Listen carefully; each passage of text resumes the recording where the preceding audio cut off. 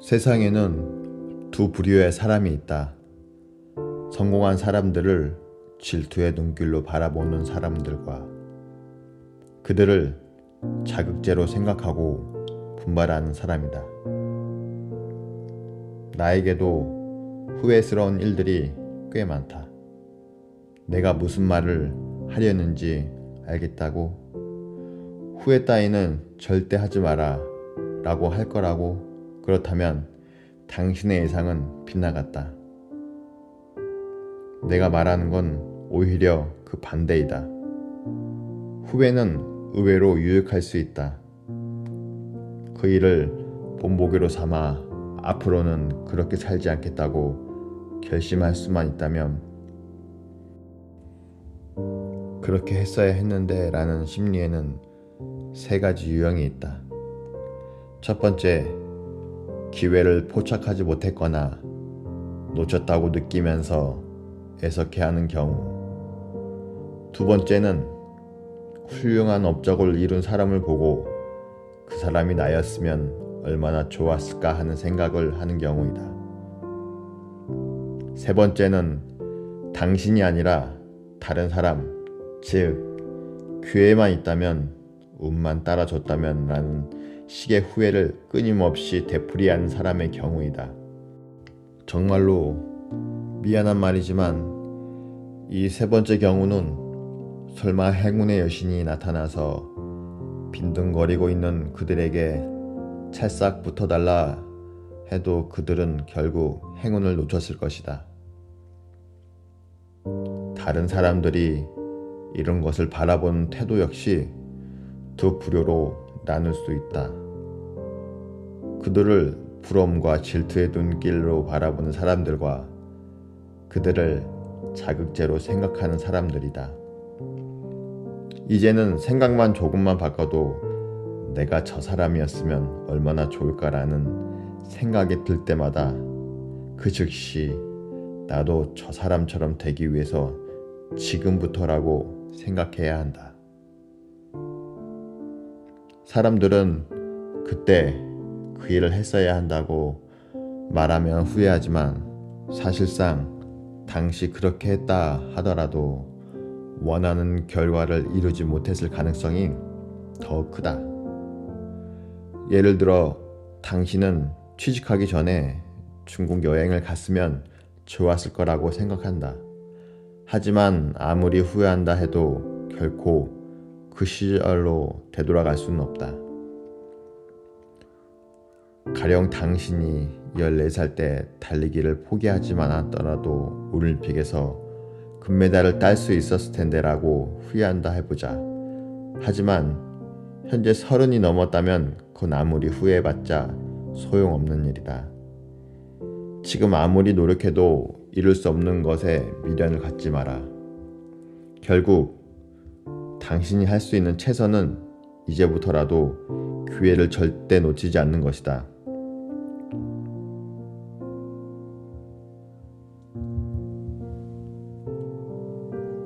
때때로 어떤 사람이나 일 때문에 화가 부글부글 끓어오를 때가 있다.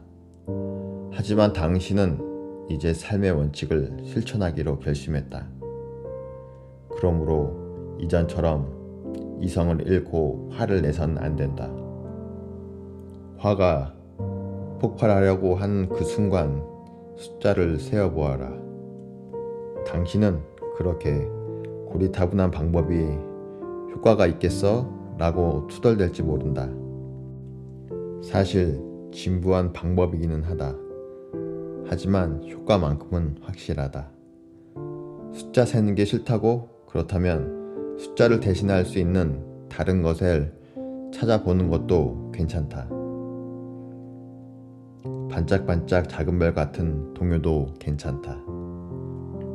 누군가가 당신에게 질문을 했을 때 뭐라고 대답해야 할지 몰라 당황하고 있다고 생각해보자. 그럴 경우 입을 열기 전에 마음속으로 일단 10가지 숫자를 세어라. 그러면 상대방은 당신을 굉장히 사려 깊고 현명한 사람이라고 생각할 것이다. 이것은 사실 말하기 전 한 번 더 신중하게 생각하라라는 전략이다. 섣불리 입을 열기 전에는 잠시 뜸을 들이는 것으로 해결의 실마리를 찾고 당혹스러운 상황에서 벗어날 수 있다. 만약 당신이 상대방과 적대적인 상황에 처해 있는 경우라면 마음속으로 숫자를 세는 것은 효과적인 방법이 될 것이다. 세상에는 두 부류의 사람이 있다.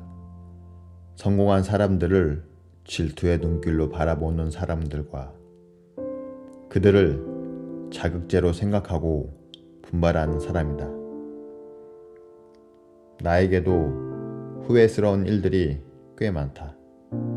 내가 무슨 말을 하려는지 알겠다고? 후회 따위는 절대 하지 마라 라고 할 거라고? 그렇다면 당신의 예상은 빗나갔다. 내가 말하는 건 오히려 그 반대이다. 후회는 의외로 유익할 수 있다. 그 일을 본보기로 삼아 앞으로는 그렇게 살지 않겠다고 결심할 수만 있다면 그렇게 했어야 했는데 라는 심리에는 세 가지 유형이 있다. 첫 번째, 기회를 포착하지 못했거나 놓쳤다고 느끼면서 애석해하는 경우. 두 번째는 훌륭한 업적을 이룬 사람을 보고 그 사람이 나였으면 얼마나 좋았을까 하는 생각을 하는 경우이다. 세 번째는 당신이 아니라 다른 사람, 즉 기회만 있다면 운만 따라줬다면 라는 식의 후회를 끊임없이 되풀이하는 사람의 경우이다. 정말로 미안한 말이지만 이 세 번째 경우는 설마 행운의 여신이 나타나서 빈둥거리고 있는 그들에게 찰싹 붙어달라 해도 그들은 결국 행운을 놓쳤을 것이다. 다른 사람들이 이런 것을 바라보는 태도 역시 두 부류로 나눌 수 있다. 그들을 부러움과 질투의 눈길로 바라보는 사람들과 그들을 자극제로 생각하는 사람들이다.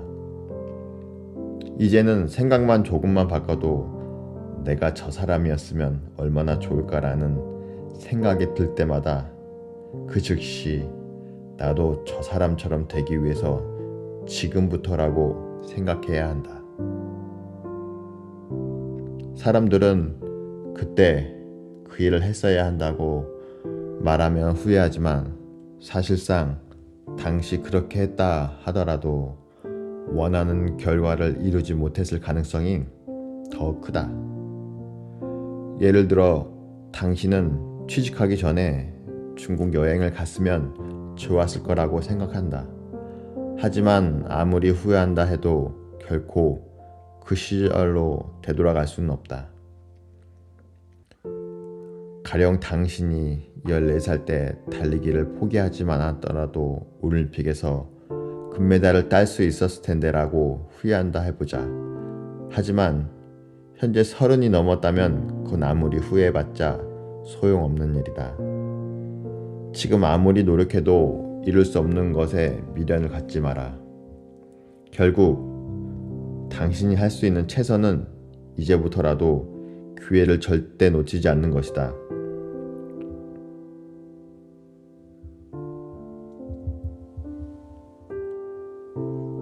때때로 어떤 사람이나 일 때문에 화가 부글부글 끓어오를 때가 있다.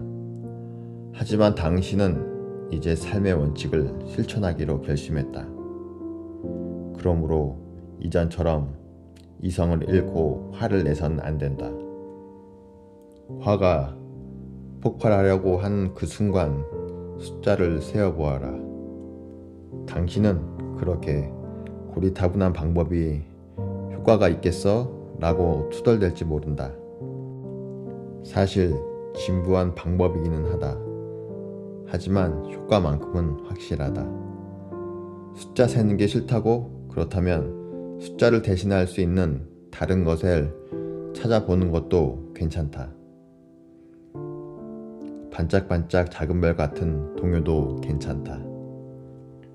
누군가가 당신에게 질문을 했을 때 뭐라고 대답해야 할지 몰라 당황하고 있다고 생각해보자. 그럴 경우 입을 열기 전에 마음속으로 일단 10가지 숫자를 세어라. 그러면 상대방은 당신을 굉장히 사려 깊고 현명한 사람이라고 생각할 것이다. 이것은 사실 말하기 전 한 번 더 신중하게 생각하라라는 전략이다. 섣불리 입을 열기 전에는 잠시 뜸을 들이는 것으로 해결의 실마리를 찾고 당혹스러운 상황에서 벗어날 수 있다. 만약 당신이 상대방과 적대적인 상황에 처해 있는 경우라면 마음속으로 숫자를 세는 것은 효과적인 방법이 될 것이다.